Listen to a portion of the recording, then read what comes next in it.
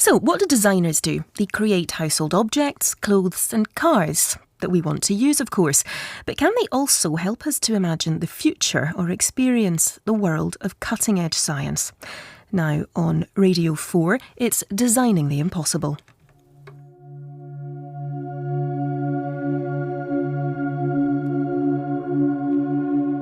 How would you like to experience a volcanic eruption in your living room? Could you create dark energy in your kitchen sink? Or perhaps you dream of becoming an astronaut. 3, 2, 1. Those fantasies all come true in the surreal world of Nelly Ben Hayoun, a young Frenchwoman who's been nicknamed the Willy Wonka of design and science. I'm Nelly Ben Hayoun, and I'm an experience designer and director, which basically means that I develop experiences for the public. They are there to try and get you access to some fantasies that you might have. You know, you want to become an astronaut, but then you're too fat, too small. You know, you don't have the brain to actually make it happen. I want to give someone the experience of being an astronaut inside their living room. With the help of a former Soyuz astronaut, Nelly has created an armchair that simulates the experience of a rocket launch. This chair is called the Soyuz chair because it's a chair reproduces accurately the liftoff of the Soyuz rocket. Tonight, the armchair ride is being offered to people at this bar and underground art space in southeast London. So what you're going to experience tonight is exactly the same type of vibration as they've got in the cockpit. Some of the onlookers are soon tempted to try it out. What's your plan? I can take you everywhere. Venus. Men are from Mars, women are from Venus. Yeah, Venus. Venus. Okay, I like that. The would-be space travellers are kitted out in a boiler suit and prepared for takeoff in the armchair. I'm going to check the connection. Can you say me Mayday, Mayday? Maybe. Okay, perfect. If anything happens, just to let you know, you're in permanent connection with us, okay? Okay. Okay, let's go. Let's move in the reclining position. Okay, are you ready to go? Yes, Are you in the I'm Soyuz ready. cockpit at the moment? Yes. 3, 2, 1.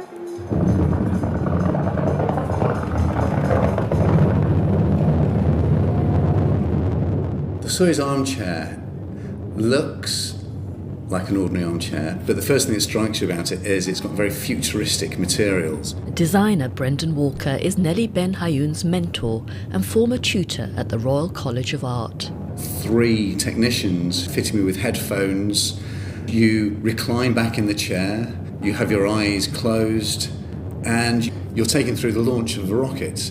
And you have auditory cues, so you can hear the rumble of the rocket's engines. Then through a big bass vibrator, the whole chair starts vibrating. The Soyuz chair is actually a big monster. It's 150 kilos. Who knows what I have put inside this Soyuz rocket to actually make it give you a kick, you know, because it gives you a really 50 hertz frequency bump when you move from stage 1 to stage 2, which is pretty much something that you feel inside the rocket as well.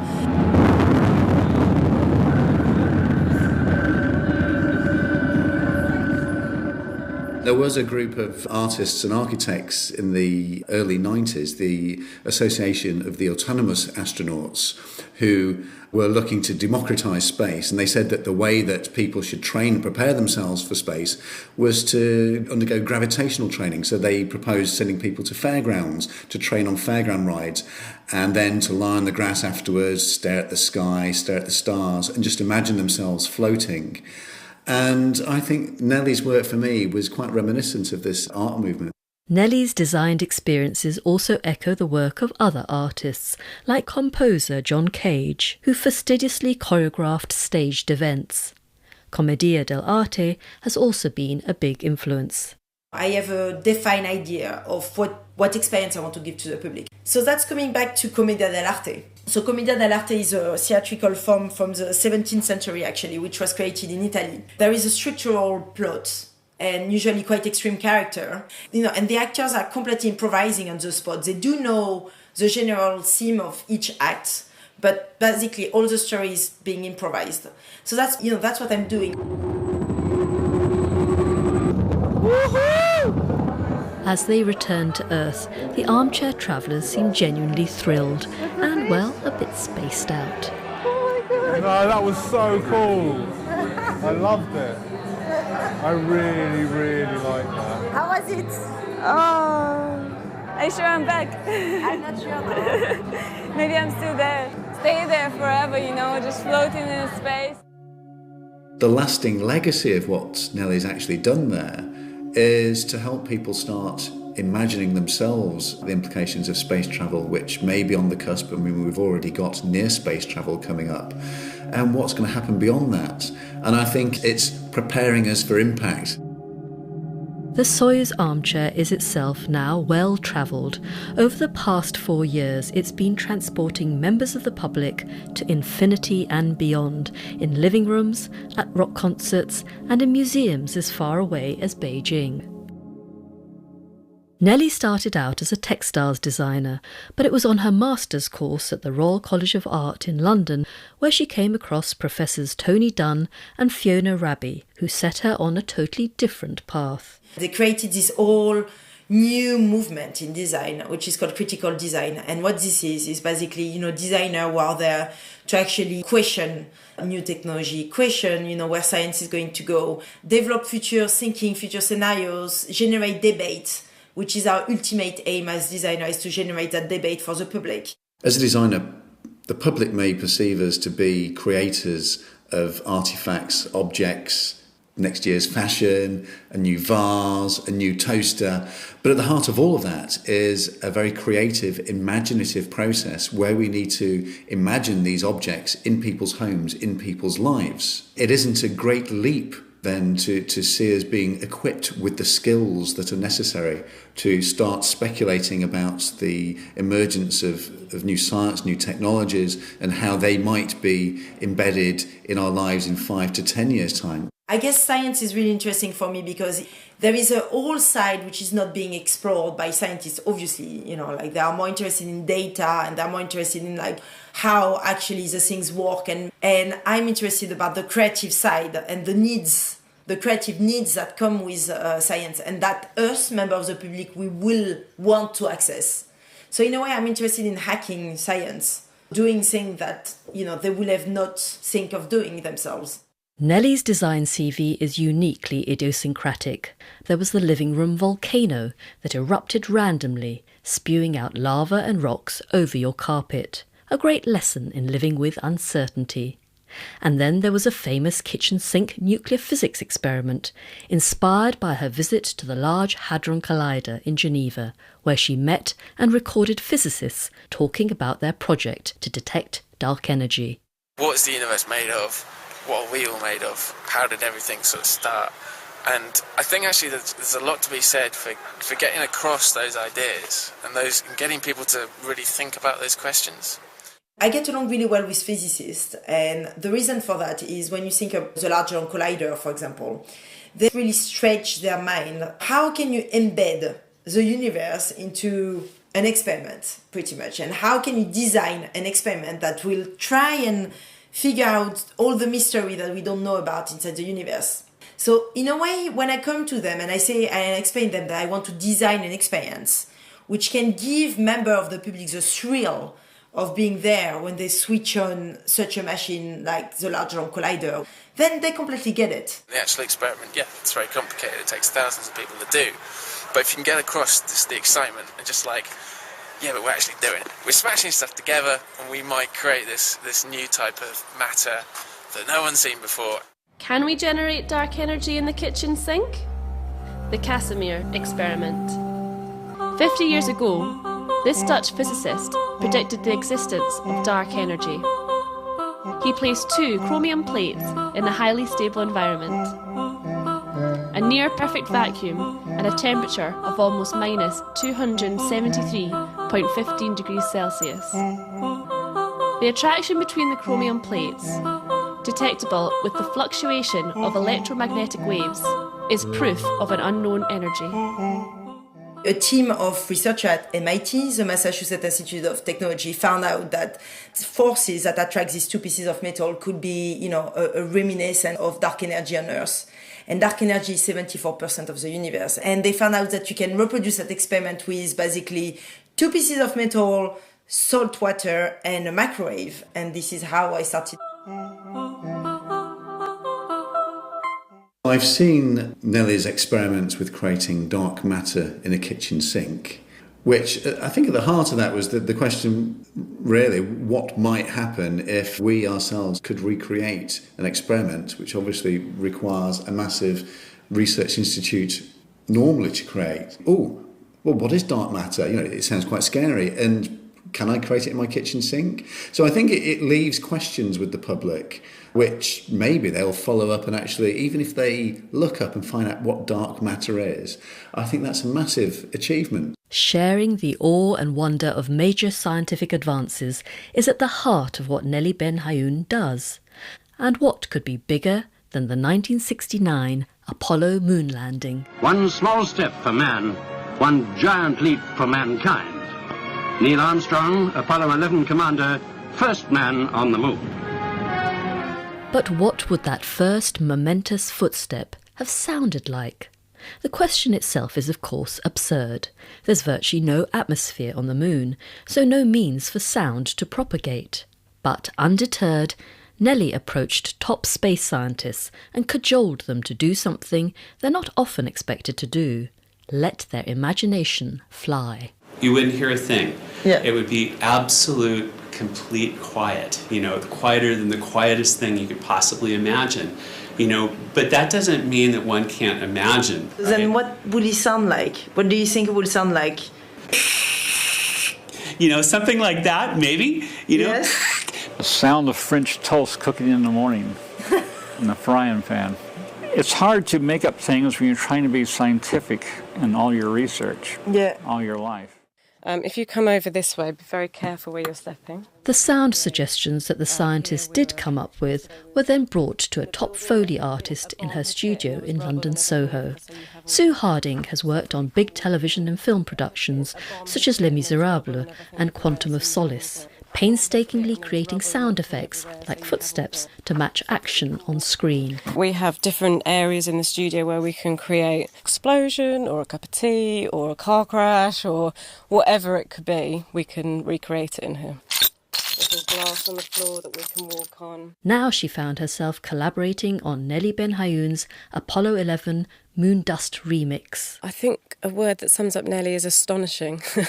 Everything she does is big and bold and gets people to think outside of the box. I did some sounds for her and recreated some of the moon landing sounds. And it was really interesting listening to the scientists and Nelly pushing and pushing, come on, give me an answer, what would it sound like?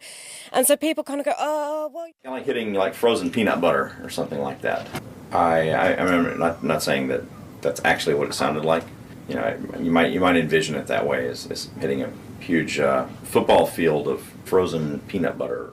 Standard things we use are often dishwasher salt, corn flour for snow has a nice creak, sand, and those kind of just to give them nice textures. Potting grit. If I put a boot on.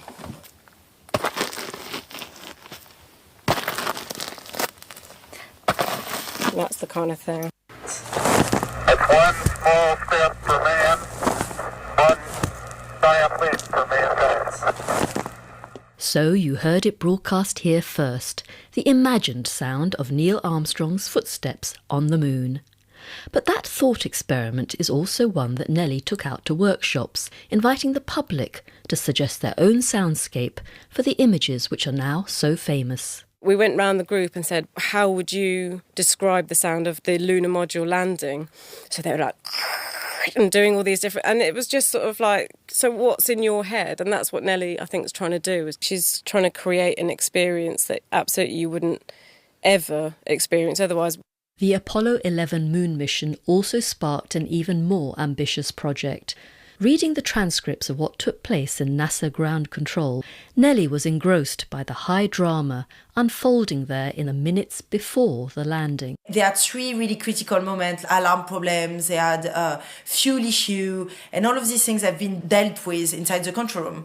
And so nobody has been really looking at how the space operator were reacting in the control room, and like the transcripts are really stunning. For Nelly, that tense narrative resembled a 3-act opera, with a NASA flight director as a kind of conductor to the proceedings. So, she thought, why not create a real ground control opera and have actual NASA space scientists and engineers playing and singing in it? Operatic form is well known for, the intense human emotions that come with it. And so I thought that was going to be the perfect way to, embed that experience. The idea for an international space orchestra was born. The project was as absurd as it was ambitious. Nelly has no musical training, and she would need to get NASA to support her idea. But, astonishingly, she did it. Brendan Walker again. Somehow, by imagining this very creative project, the Space Orchestra, Nelly manages to use her charm, her wit, her creative skills to work her way up there and get access at all sorts of levels, at levels which the ordinary public could never dream of getting access to. This is the way I approach things usually. I've got this sort of like quite naivety where, I want to reach that impossible. I've got this aim to make this orchestra happen. I'm just driven by real passion. And I think, that's what gets people on board as well, because they are like intrigued and they want to see what it might be. And also because it's absurd. And I think all of us are probably looking for that absurdity now every day. At the NASA Ames Research Center in Silicon Valley, California, I went to meet a former astronaut trainer called Annette Rodriguez, who's worked in many different roles within NASA over a long career. She also loves to play the ukulele. Twinkle, twinkle, little star, how I wonder what you are. Someone at the center had sent out an email talking about the International Space Orchestra and that this woman was coming out and would have an introduction. I told her about my background. I didn't think that the International Space Orchestra, that any orchestra would want an ukulele. But she was intrigued by the ukulele and how I was using it. So she said, yes, please come. Nelly is a very interesting person. She is really entrepreneurial. She can motivate people. She can get people excited about the things she's excited about. And she got people to rally around the idea. Some of them I knew professionally, but I didn't realize they played music. I mean, there are scientists that are great in what they're doing here at NASA, and they were closet musicians, So the International Space Orchestra is an orchestra composed uniquely of space scientists from NASA Ames Research Center in California, the SETI Institute, Search for Extraterrestrial Intelligence, Singularity University, and the International Space University. And that's the world's first, orchestra made of these guys. And I'm there to design a specific type of dynamics between all these people. Their role has been given to them so that they can interact with each other in a specific way. It was all about designing an event inside NASA. That's what the project was about. Amongst the members of the International Space Orchestra were a NASA flight controller who conducts arias, a payload officer who plays a baritone saxophone, and an astronaut on percussion. Nelly brought in 2-time Grammy Award-winning musical director Evan Price to work with them all. Oh, that first rehearsal, I wasn't sure we'd be able to pull it all together. It was just all so new and people hadn't worked together. And did you at any point look around you and think, this is completely bizarre? No, I didn't. Actually, I didn't. NASA people, we work on projects that are impossible projects. They're projects nobody else has thought of. So this was kind of another impossible project, but it was fun. It was a fun, impossible project. This is Apollo Control in Houston. The Apollo Command Module Columbia, flown by astronaut Mike Collins, is about to come around into view of Earth, followed soon after by the Lunar Module Eagle, with astronauts Neil Armstrong and Buzz Aldrin. Flight Director Gene Kranz will poll his team for the final go, no-go for powered descent. If all systems are go, then the Apollo lunar module will begin the final leg of its 250,000-mile journey from the Earth to the Moon. Okay, gang. We've had a good training period, and today we're really going to do it. We're going to land on the moon. This is the final exam. This is the best team I've ever worked with. I have ultimate confidence in you people. What we're about to do now, it's just like we do it in training. And after we finish the son of a gun, we're gonna go out and have a beer and say, damn it, we really did something. Good luck to y'all. Good luck. It was script of what was happening in mission control as we landed on the moon, which was pretty exciting for all of us who were here. And many of the people in the orchestra were here. Some of them weren't, but they read about it as kids. And there was a variety of music, which was really nice. There was more modern rock music, and then there was Japanese and Russian.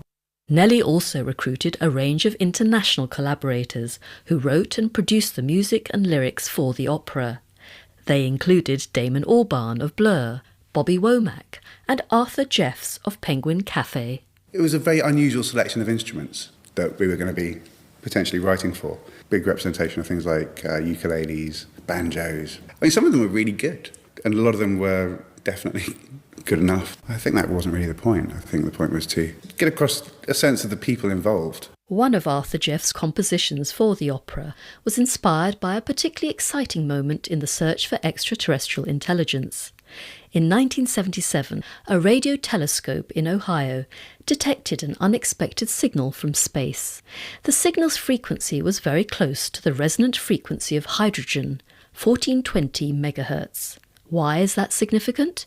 Because hydrogen is the most common element in the universe, and it's widely thought that receiving a signal at that particular frequency could be a sign of communication by an extraterrestrial intelligent life form. So this guy comes in on Monday morning and starts going through the numbers, and it's absolutely amazing when you see it. There's just lots of background noise and then just these two incredibly strong spikes at precisely this frequency. He just circles them, and then in the margin he just writes "wow!" exclamation mark, and hence called the wow signal. The source of the signal was never found, but something of the frisson that it generated still lingers, and on Arthur's keyboard the signal frequency of 1420 took on a new musical incarnation. If you think about it in terms of being on a keyboard, if you take middle C, which is here, and call that number 1, then you can walk up from there and go 1, 2, 3, 4. So 1, 4, 2 gives you, and then there isn't a 0 traditionally, but I treated 0 as just being the one below 1. That gives you. And so pretty much everything in the piece comes from that. So there's that quite fast in the mid-range. At the bass end, it's very slow. And at the top end, it's very fast. But you get something like.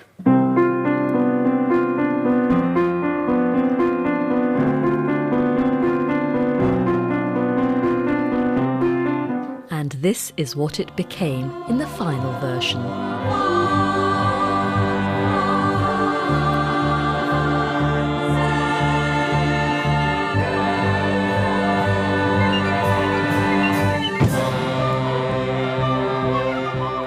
The International Space Orchestra gave its first performance at the 01 Biennial in San Jose in September 2012. It was just very, very gratifying. I think everybody was just thrilled to be there and to give that performance. And what message do you think what you've done communicates to a general public out there? It reminds people that it was quite a feat for us to land on the moon. I think it also is a motivator that we need to get off this planet and get on to other planets. Earlier this year, Nelly was appointed Designer of Experiences at SETI, the Institute for the Search for Extraterrestrial Intelligence, and when I visited her there a few weeks ago, she was eager to share her latest news. So I've just heard that the International Space Orchestra recording are going to be sent in space Now it's 100% sure, and it's going to be broadcast from the ISS, the International Space Station. Peter Platzer is CEO of the company NanoSatisfy, which launched the recordings on a satellite last month, and the plan is to broadcast the ground control opera from the International Space Station sometime soon. And it will go in all directions simultaneously, and it will also actually reach the universe at the speed of light, because radio waves also go at the speed of light. For me, it just means, the project is done, mission accomplished. And did you imagine that you'd get to this point where it was actually going out into space? Yes. Nothing is impossible, Mukti. But Nelly Ben Hayoun's next design project may prove to be the most impossible of all. Becoming an astronaut, that's a 5-year plan. But that's not designing an experience. Oh, no, it is completely designing an experience, because if you look at it on a very pragmatic level, which is always the way I look at these things, in fact, although they sound completely absurd, how do you put dynamics together to make something like that happen?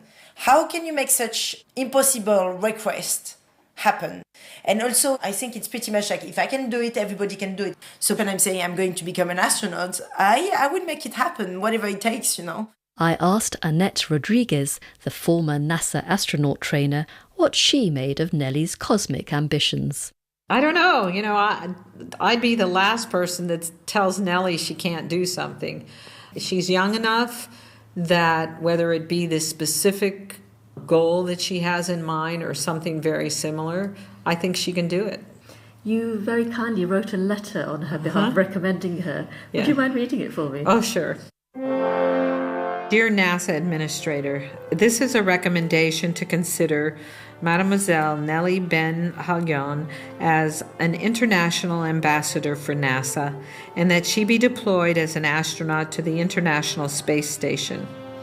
She has all the qualifications to become an excellent representative of planet Earth to other extraterrestrial communities. Her communication skills are not limited to the 5 earthbound languages she speaks, but includes the languages of art and music. She produced a far-reaching extraterrestrial message, merging science, technology, design, and opera into an easy-to-understand perspective of Earthlings. She has the enthusiasm, understanding, and intelligence to represent humankind throughout our universe. Let's send Nelly to the stars. Nothing is impossible. Designing the Impossible was produced and presented by Mukti Jane Campion. Studio editing was by Chris Eldon Lee, and it was a Culture-Wise production for BBC Radio 4.